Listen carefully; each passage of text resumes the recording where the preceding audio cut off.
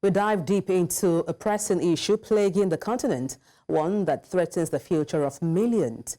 In a world that is increasingly interconnected, African countries find themselves ensnared in a complex web of global finance, reliant on foreign loans and investments. Yet, the very systems designed to propel growth are often the same ones exacerbating this crisis. This mounting debt burden is crippling economies, stifling development and widening inequality. Governments are struggling to repay loans, forced to choose between servicing their debts and investing in essential services like healthcare, education, and infrastructure. The question is, how did Africa get to this point? And to unpack this, we're joined by an independent economist, Professor Bonke Dumisa. Prof, it's a good place to begin by asking, how did African countries, end up in this debt crisis, which now seems to have spiraled beyond control? Well, I have to be very, very, very critical of our political leadership in most African countries. What has happened is that we continue producing more and more raw materials, and we do not plan to beneficiate them. The countries which buy those raw materials from us, they are the ones who actually tell us that we are going to buy at this particular price, which means African countries are price takers when it comes to their own raw materials that they produce. And those raw materials, once they go out of the country, when they come back as very expensive imports.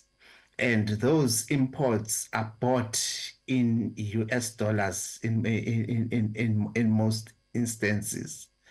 So what the BRICS countries are trying to do now to try and mount the de-dollarization process, saying that the countries must be able to sell and buy things in their own local currencies, will in a way help in dealing with this issue.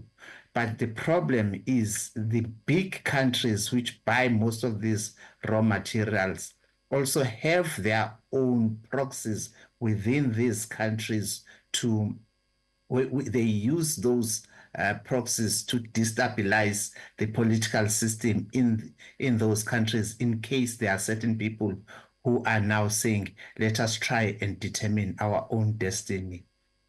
Now, you mentioned buying and selling in local currencies, that is local African currencies, to help boost the economy of African countries. Beyond that, which you have stated, how can we, leverage on our natural as well as human resources to translate into a sustainable economic growth for African countries? We must embark on massive beneficiation.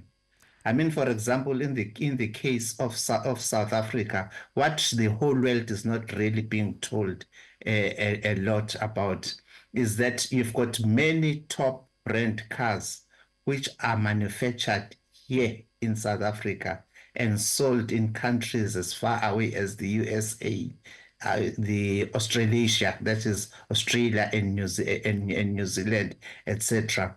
That brings a lot of foreign currency into South Africa, which in turn strengthens the South African rand.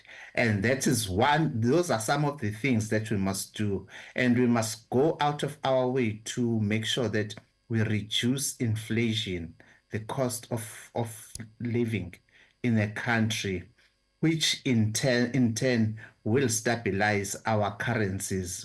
I must say, in South Africa, our South African rand is fairly strong as it is when you compare it to many other countries. You must have that fiscal discipline in the country, which will then make it easier for you to have a lot of power in negotiating for the raw materials that you are selling, and you stop being a price taker and you start dictating the prices. How did OPEC countries start dictating their prices? Before the 1970s, they were not. It was against that background that they formed OPEC. And then OPEC then started dictating prices instead of people from outside dictating prices. South Africa produces a lot of gold. Ghana produces a lot of gold, and so are other countries. But do we ever sit down and say, how can we influence the price of gold such that all the African countries benefit, or we compete against each other? And I'll tell you the answer to that.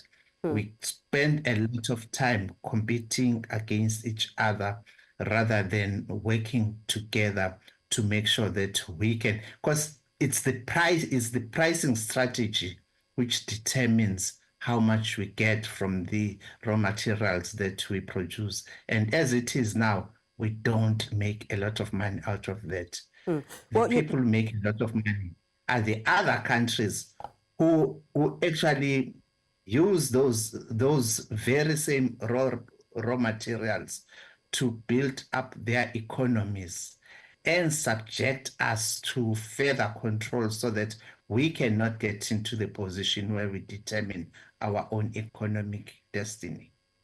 Well, indeed, we hope we find an African solution to our African problems. Thank you so much, Professor Bonke Dumisa, independent economist. Many thanks indeed. Thank you.